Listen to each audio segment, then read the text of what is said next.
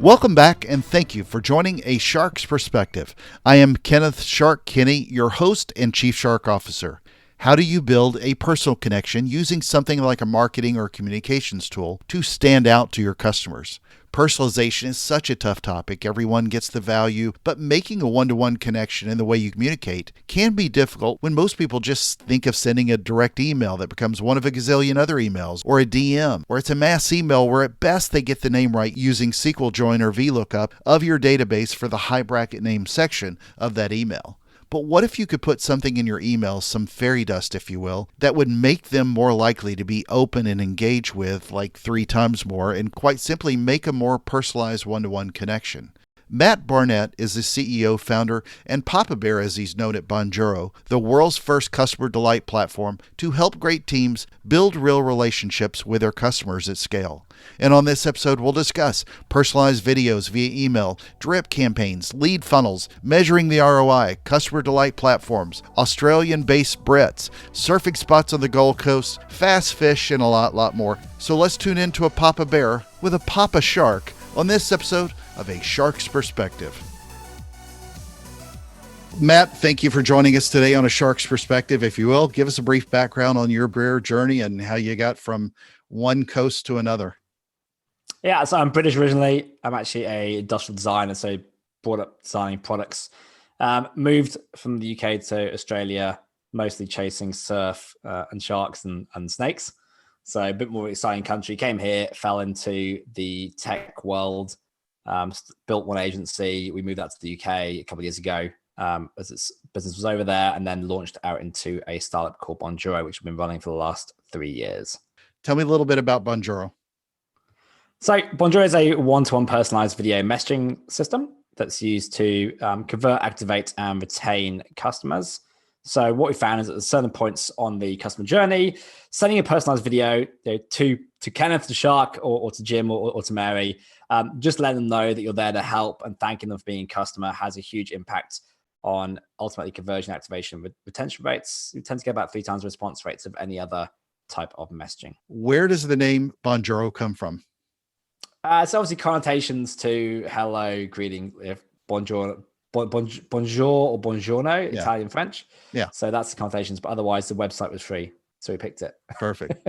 What sparked the idea for this? I mean, obviously, there are some competitors in this space, some that I'm familiar with as well. But is it you thought this was going to be good for sales, good for personalization? What was your aha moment with building a company around this type of technology? Yeah, so I actually ran an agency here in Australia. The one I mentioned, we moved to the UK, which was dealing with clients in the UK, London, and Paris, and New York. So it was all large FMCG clients, large agency clients. So very much relationship driven.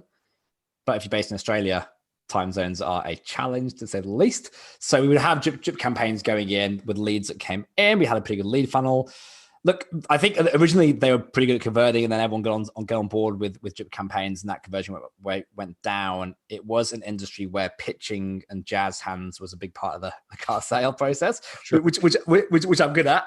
But again, on this of the world, hard to get that across. So I just started sending videos to every lead that came up. I do research on them.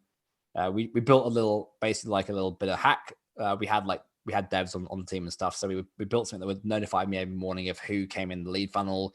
Give me links to their LinkedIn, give me links to their website. So I'd be able to personalize the video for, John from Ogilvy. I saw that he works on the Budweiser team. So I mentioned that. And I'd say, look, we're coming into London in 6 weeks. Let's come in and pitch. And we started sending these out. So the first piece of comms they ever got from the company was a video of me normally on a boat on the way to work. And we tripled our response rates. We tripled the demos we did. We tripled the business we did off the back of it. And that was it until one of those clients asked if they could use this video messaging tool for their own lead conversion. And we built them a system they could use, very, very hacky. They started using it, and one of their customers asked if they could use it. And then we put a, kind of sign up page up. And then in terms of scale, it overtook the agency within 18 months. Really? So it was never meant to be a business. We solved our own problem, and it turns out it was a problem, and it was very effective and worked for a lot of other people. So again, we stumbled into this purely by accident. So how much of this, though, do you think was you said you were out on the boat, for so much video that's fun, if you're just sitting in front of, like normal world where everybody's working from home now and sitting in front of an office, it's not that exciting. You get out on the boat on the water, then everybody pays attention. It's kind of like showing the things on Instagram that are fun and exciting. But how much of that do you think was just sort of the background and part of the appeal? Or was it just the fact that you were doing any video to personalize a message whatsoever? Yeah, so knowing what we know now, looking back in hindsight, so like I wouldn't say it's even video is the thing that works here. What is actually happening is the fact that you're taking 30, 40 seconds to acknowledge a customer or to acknowledge a lead and check it in person when other people won't do this. This is actually the piece that matters. So it doesn't matter where you are. Look, most of our videos, we have mobile and desktop. Most of them are done on mobile. Pre-pandemic, I think 25% of the videos recorded that people do on the way to work. So while they're walking down the street, that kind of thing. So again, it's not very exciting, but it's actually it's still interesting. But it's all about the individual in the video. It's all about saying thanks and acknowledging. That's the piece that works. So video just happens to be the medium that conveys that. You don't need to be on a boat. On the boat, by the way, like it was very windy. No one could understand anything I said. so that killed that. They were But like, it's still converted, yeah. It's still converted. They were like, "This is funny. I know what you said, but come on in." Look, I think just taking that time in a world where everything's about scale and everything's about like moving as fast as possible and robot automation, that does cut through as it has done for the last 100 years. When did you find that it was not appropriate to send? And the reason why I'll ask this is it's a little bit of extra work. It's maybe, it's not everything's easy when you're just typing in an email. Sometimes people overanalyze it, but I think about how easy it is to pop out a camera for most people. You or me, it's pretty easy to do. I know a lot of people are going to overthink it. Does my hair look good? Am I wearing the right clothes? Obviously, we're dressed up for this interview, but when you think about that hurdle that somebody's got to get over to use one, how do you sort of help people approach that so that they feel more comfortable? Because not everybody is an Instagram model like you and me that's super camera ready. Hardly. But there is a hurdle for a lot of people that aren't as easy as Gary Vaynerchuk, for example, to pop out the phone and just make a video. Yeah, so I think it's two things here. I think I'll talk about both of these. One is obviously when to use, and the other one is how to get over that initial hurdle. I think like the hurdle. So like this year's changed a lot of people. A lot of people now are much more comfortable on video. It's been coming, we saw people using Skype with families first. Now everyone's using Zoom with teams. And taking that step towards customers is a much more step than it was. Like that's a caveat. We see that play out. What you will understand very quickly doing these is not about getting yourself looking beautiful. I mean, I'm always going to fail on that front regardless. Yeah, same here. Yeah. But like you don't necessarily do it if you're going to have a coffee with a customer or bump into them. Yeah. So it's the same attitude where it's not about. Video is always on a pedestal. We always used to think video is film and TV for years and years, and that's built up. Whereas it's not that; it's just a window. It's just the next best thing to having a coffee. This you have to kind of just get into it to get over that. It's one of those things you kind of have to do by trying and learning. You'll notice that when you do a few, that they start to kind of work, and that gets you over it. So look, there is a bit of like learning by doing, like anything, but we've gone past the innovator stage of the curve. Like. It's now like the majority is starting to get on video. Video is becoming more complex. Like you're going to have to do it. So my challenge is just to jump in. Don't bother getting a perfect camera. It's not about that. And with mobile phones, we've started to understand this too. The way you talk to your family, the way you talk to business people, like it's not that different really. In terms of where to use it. So we generally like, it's not about cold, I think. Now video and cold, to be honest, could probably work better than like most cold outreach pieces you do. But a couple of things here. One is cold is naturally a lower converting mechanism. So when you're doing personalized videos, they do take, albeit 40 seconds to a minute to do. But if you've got to send 100 of those to get 2 responses, you need to work out the ROI on your time. It doesn't make sense. So personally, I don't think it makes a lot of sense at that point. Some companies, some charities do really well at that. I mean, if your clients are high ticket items, it might work. I think it's very much a second touch point because the other thing is getting a video from a stranger could be a little bit odd. I think when someone's aware of you, so maybe you've met them at an event or they sign up to a lead form or they've come into your funnel, then you have permission to go and do it. And then it's extremely warm and it's welcoming and it's about the people behind the brand, but you're aware of the brand. So my suggestion there is I don't think it's a cold tool per se. With us, and when I sent you one, it was actually a second touch point. So Yeah, Casey reached out, exactly. he said like, and so when I come in, you know who I am, you know why it's coming across, and then you get it.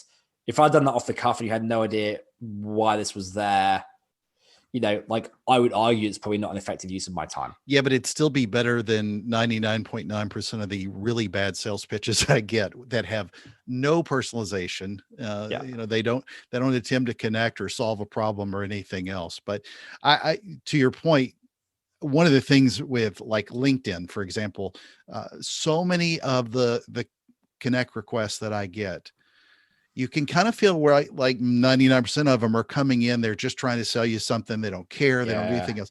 And I'm always amazed when somebody, even if it's a product I don't want or need, sends me an audio file or a video file just as a quick hello. And it makes, I pay so much more attention because it really makes that connection. And at least it piques my interest into thinking about what this person is doing or selling or educating in some form or fashion.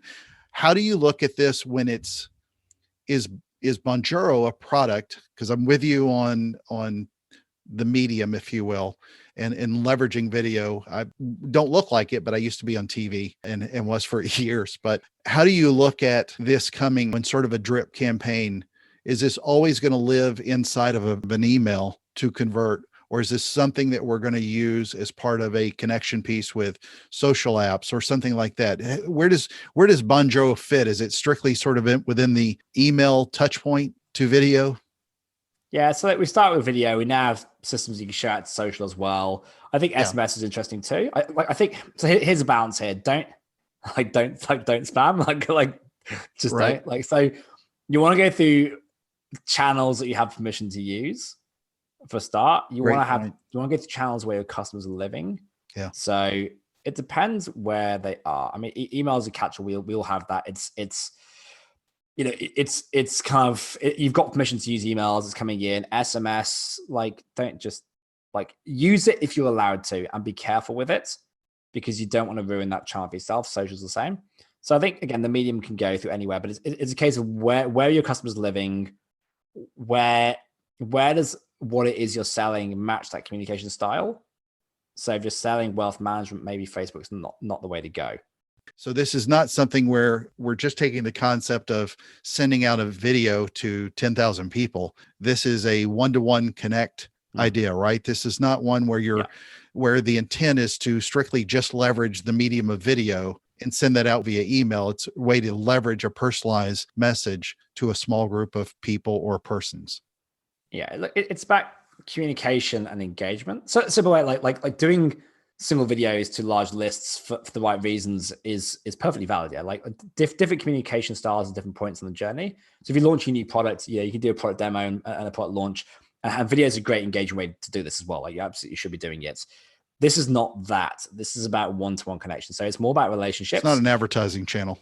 It's not. This is not even. It's not even marketing. I mean, it kind of does. Yeah, like it's more customer success. Like is what I call it, which is this area's evolved, which is it does touch into marketing, it touches into sales, it touches into support, and touches into brand and culture, and it kind of combines all those. So really, but it's about relationships. Ultimately, are the heart here. How do you build many micro relationships and people trust? Like we are hardwired to trust humans. Yeah, like we're social creatures. So the video, as a medium, gets that across, and then you taking the time to say someone's name, or their company, it's extremely powerful. Like don't underestimate it, because we are hardwired to go, ooh, like you notice your name, like you pull it out. If you're in a crowded room and someone says your name, like you hear it through all the noise. There's a reason for that. So we're just tapping into that and trying to build more trust. The authenticity of kind of mobile video helps here, but it's all about trust and relationships. Yeah, the sad part is knowing that more marketers will start to use this. They will probably spam as many people as possible, and we can just hope that they don't. There is a balance with that. So one thing I'll say here as an example is take Twitter. So every company in the world has a Twitter account. Does every company in the world use that account well? No. So I think there's a point here. Everyone has a LinkedIn account. People use it well or not. So like you said, some people take time on LinkedIn. That makes a huge difference. So as with any medium or channel, yes, marketers will try and ruin it, but there will always be people for who that channel works well because they use it correctly and they excel at it. So work out if this is going to be a channel for you and they do the right thing, and it'll stay there despite the marketers. So if I'm pushing my sales force to use a tool like this, how is this going to help sales? Talk about the conversions you've seen by using this, whether it was with your own company or with clients you use this with today. Yeah, so there's a few different points on the sales process where we see this used. So again, let's forget cold sales now. Let's not talk about that. This is the second touch point. So obviously reaching out cold, gain interaction back, and then dropping a video through to make a best first impression and to drive a specific action. So what you're looking to do here is, what's the next action that matters to you as a sales force? Is that to book a demo? Is it to book a call? In which case, use these to help drive that up, because when someone sees someone, they go, "Oh, this is Steve. Yeah, you definitely will have a chat." Yeah, like they get who you are. It's like us. We used it to get on this call with you. We then see, we all see it used a lot around things like getting calls and demos to turn up. So this sounds a little bit more kind of niche, but essentially, when you're booking those calls onto your sales force, which might not be with a sales team, might actually be with an engagement team, making sure to send a video 24 hours beforehand and say, "Look, hi, I'm so and so on. I'll be doing your call tomorrow. Like, looking forward to it." So we've seen, using that kind of situation, it kind of increases demo call turnups by 20-30%, which is pretty huge. Engagement rate in terms of response rate for sales side, like again, 3 times the response rate tends to hold across the board as a rough average, but we see about 70-80% open rates on the messages that are sent out. So again, with sales as a second point of engagement, that's kind of where that holds. Depending how deep you want to go down that sales funnel, we see a lot around activation as well. So kind of like just post sale, making sure the customer is actually doing the next step on the journey. So if you're a SaaS product, this is making sure they're using the product. If you're an online course, it's making sure they engage with the material. If you're a services company, it's making sure that they sign the POC. If you're wealth management, it's making sure they go and do their first piece of investment. So we then see it, and this is tied sales, but it's post that piece. Where you'll lose customers is when they're kind of sold, but then they actually don't go and do anything. And so drive them to do the next piece and saying, "Hey, I saw you, you've come into the process. You've been with us 3 days now. You haven't made your first investment. Did you need help? Or if you don't need help, here's a link to go and do that. And here's the help article to get you across." So actually making sure that, in those first few days, that any sold customer activates and therefore retains, like, in that immediate process. Yeah. And I said sales, and I think it's just putting my shark brain on. I should have said sort of a conversion or a touch point really with a customer is what I mean. But how do you sort of look at measuring this as well? This has obviously got a little bit of a different metric, if you will. It's not necessarily an email open rate, and it's not necessarily a video completion rate. How are you sort of guiding people on how to combine all of the conversion metrics we could possibly use with something like this to really see how this is performing and makes it, it's a very affordable product, but how do you sort of help guide people to look at personalizing a message to a certain amount to where there's an ROI behind it? Yeah. So, everything ties back down to lifetime value is kind of how we think about it. So we educate on this. We're building a product right now that's going to help you try and measure this. So we're going to try and start to bring this into product for you. At the moment, we kind of work with clients, kind of advise them. But when I say lifetime value, what you'll be looking for from your funnel, ultimately, is every customer's paying more money. Yeah. And so the way this works is you're either converting more customers, which is very binary. So, where you can do A/B tests, if you've got 100 leads coming in, send 50 video and send 50 down your normal route. Then look at those customers the next month and go, was there a conversion rate difference? If that is retention, this is a bit harder, but looking at, so obviously we use to engage with customers to get them to stay longer and get them to activate. I mentioned before, make sure they actually do the things. So again, running 2 tests and saying, were the group we sent videos to, do they activate better? Do they stay longer?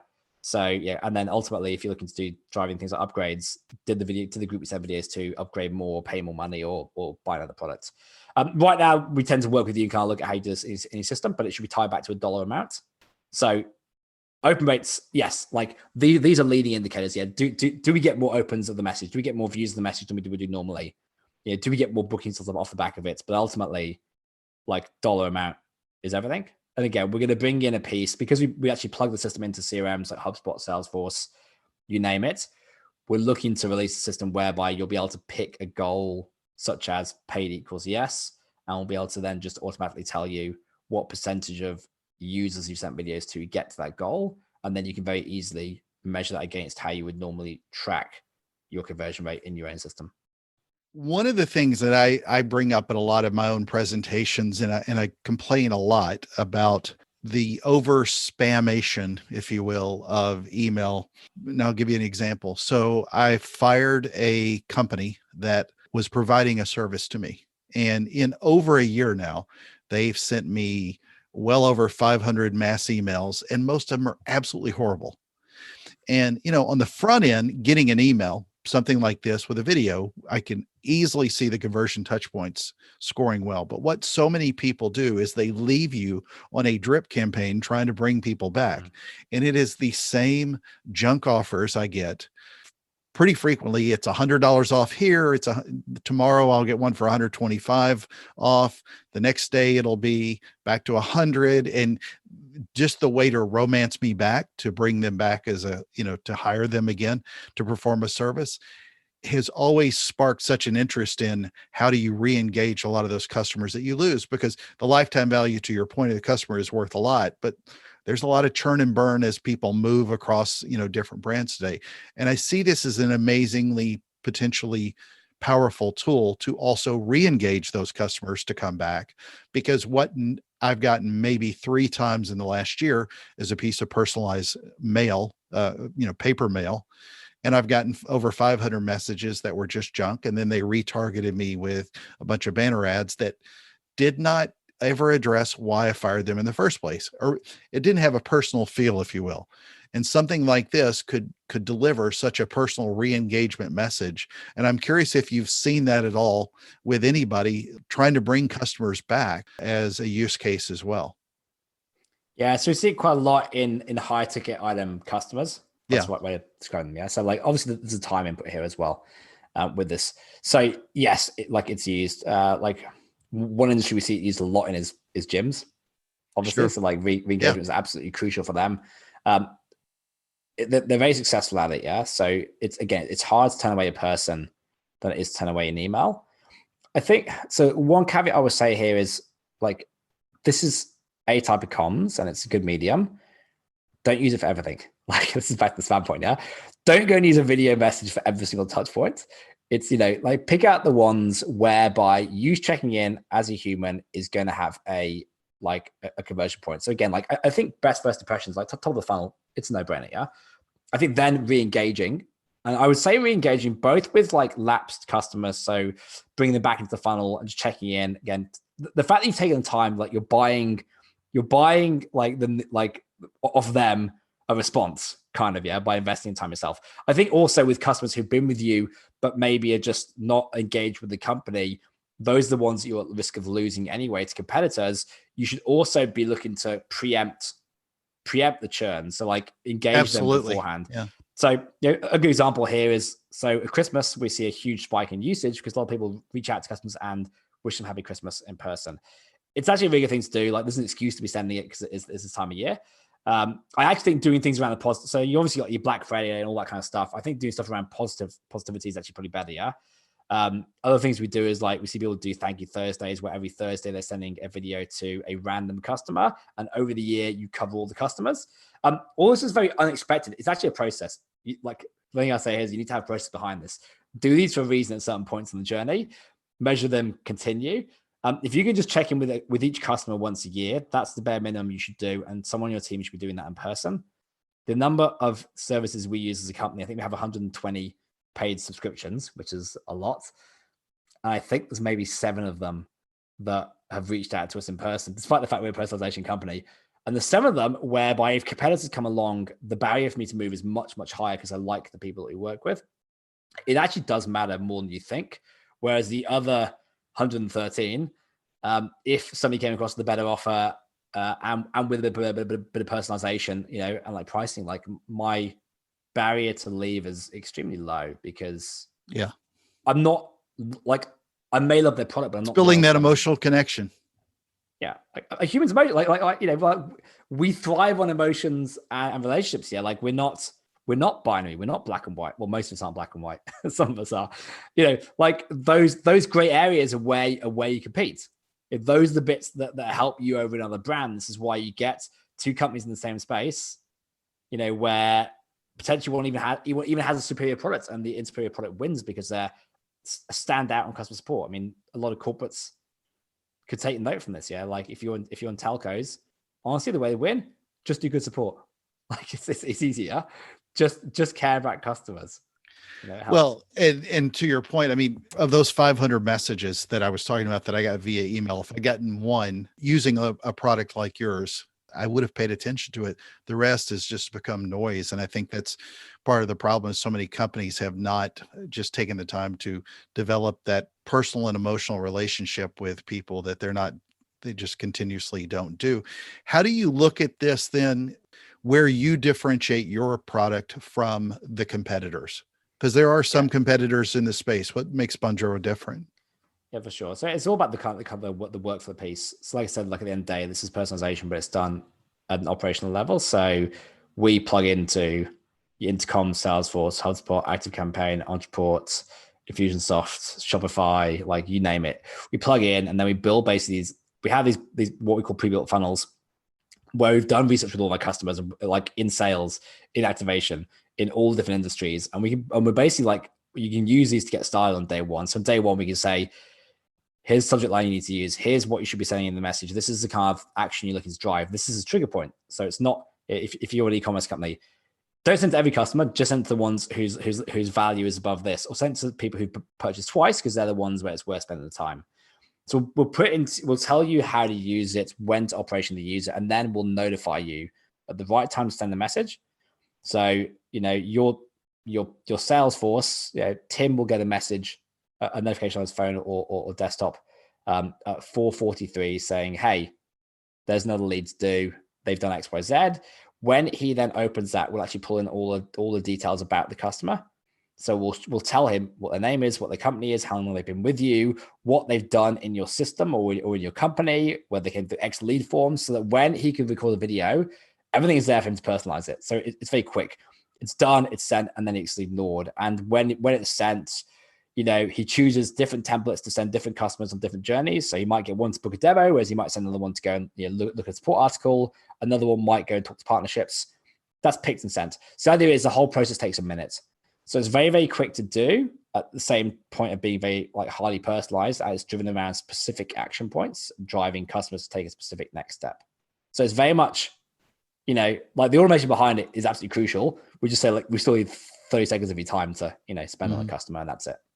So we've talked a lot about consumers, customers, things like that, but have you also seen this being used at companies from an employee engagement standpoint? The last brand that I worked for had 15,000 employees. I know that if the CEO sent a personalized message to anybody, that would have been a pretty powerful item. And I'm sure somebody who's obviously lived, 10,000 miles away from where you were born, you probably leverage this kind of video to send a message to somebody back home or even on your team to where it really can stand out and make a difference. Yeah. And so I think, so here's the game. It's one of those tools you give to your team and give them the ability to use internally. You will find some team members will pick it up more than others, like absolutely. So actually, like in terms of culture point of view, there's leadership that does this. Yeah. So like you said, sending out updates to the team, you know, a lot of our customers will do this. It's not a primary, like we always use for customers first. This is almost a benefit that kind of comes next. So sending out updates.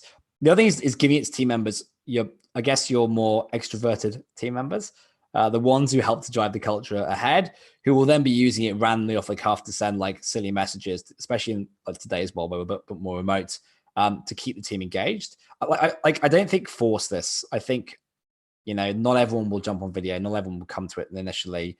They'll come over time. You'll be surprised what happens when people start to use it more. But I think the idea of the same concept is there is like random, like off the cuff little check-ins with the team that are no more than a minute. So it's not a long video. It's not a long Slack thread. It's not a long, email. It's a quick 30-second video that someone sends just to make everyone smile. If you can get a few team members, if you can get a few of your team doing this, like it's wonderful for culture. Like those little perks throughout the day. And again, as a leader, like as a CEO, like we do it to our team. We're in 5 countries around the world. I will do it, but then so will my CMO, so will my CTO. And then so will like some of our junior members who've just got a lot of attitude, and they'll just like do it to make everyone laugh. It's wonderful. It connects the whole team together.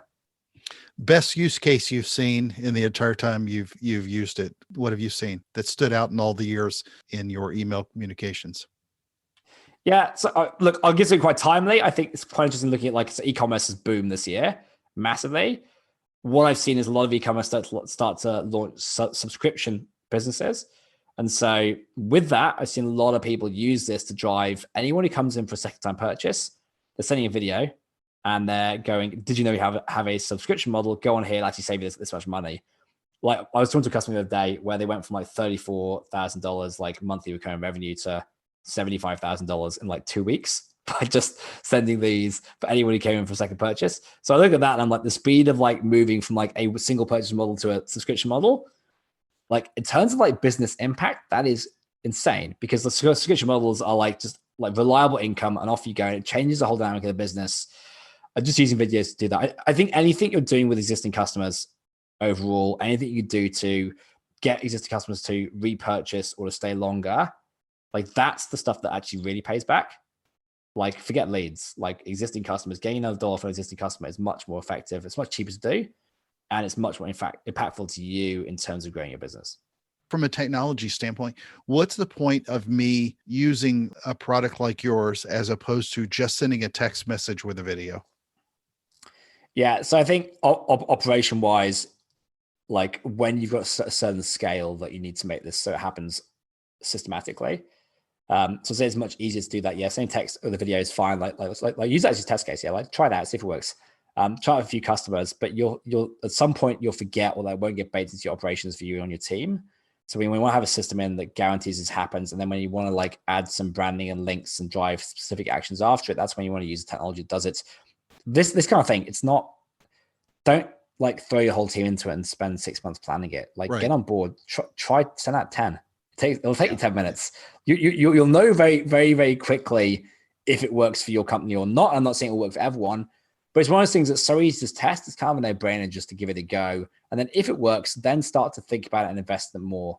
Don't like just get on with it. Yeah, it's such a good idea for a test because, there's so much of this stuff where it's, you could just take a 10% and try it. If not, even if less than that, and you'll probably see a remarkable lift. The biggest fear is that it'll be so successful over normal email and normal conversion touch points from other channels that people jam it up and give too many messages, which is probably the worst use case you would often see. It's a balance. Matt, I asked this of all my guests.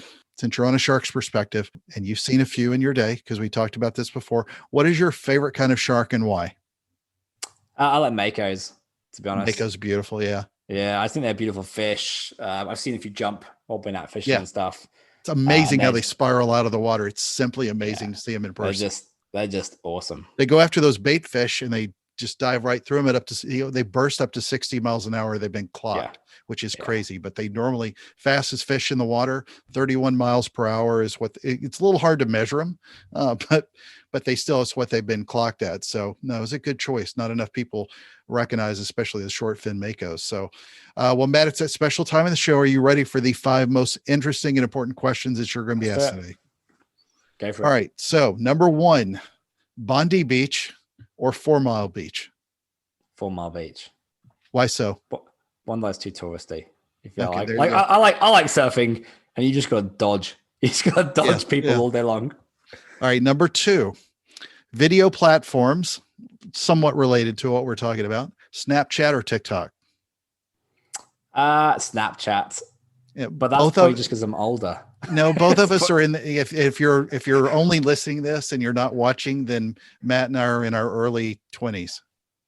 So he colors his beard gray. So number 3, because you told me you were a surfer, surfing in Australia or surfing in California? I have done both. I do like Australia, but I'd say I don't like surfing with a wetsuit. And Cali can get that little bit colder than it is over here. A little bit. It's like frozen water. Compared to Scotland, it's beautiful. I mean, still, but they are all better than Europe.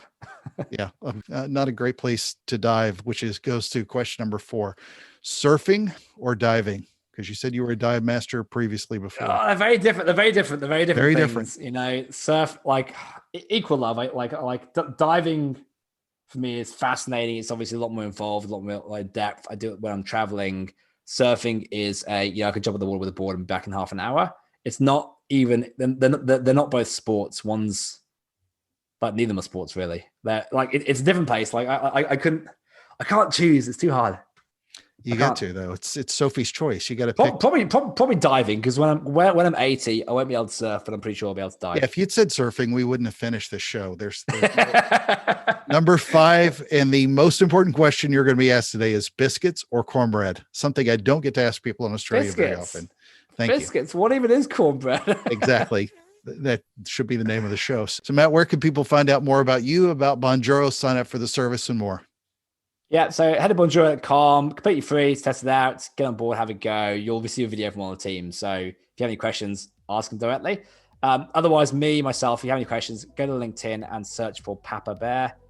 I think there's 3 of us, and I'm the guy in the bear suit. So do reach out, here to help. Matt, thank you again for being with us today on A Shark's Perspective. No worries, Sharky. Thanks for having me.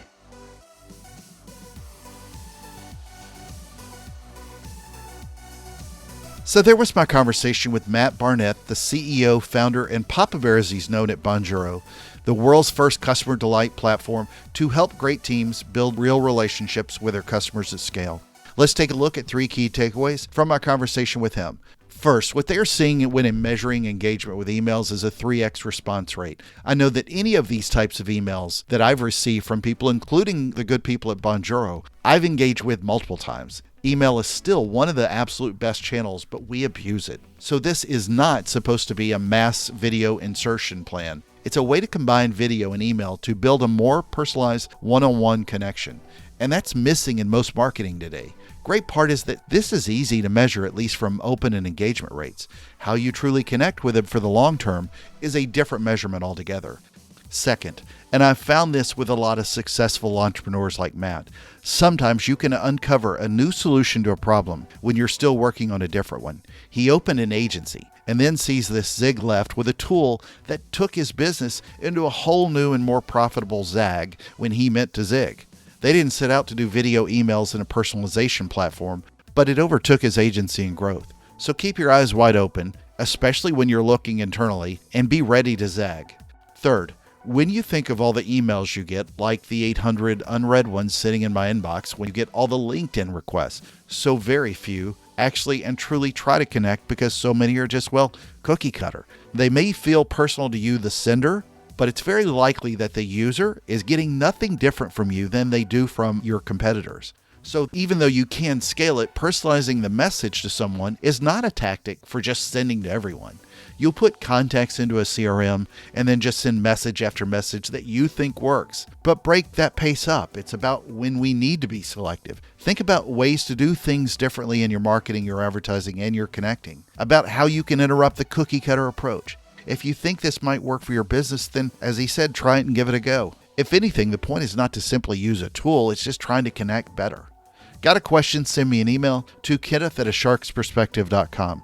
Thank you again for the privilege of your time. And if you're going to send me an email or a connection request, try making it personalized and actually connect. And surfing's great too, but I'd rather be diving in the water. That's where sharks like me should be. So join us on the next episode of A Shark's Perspective.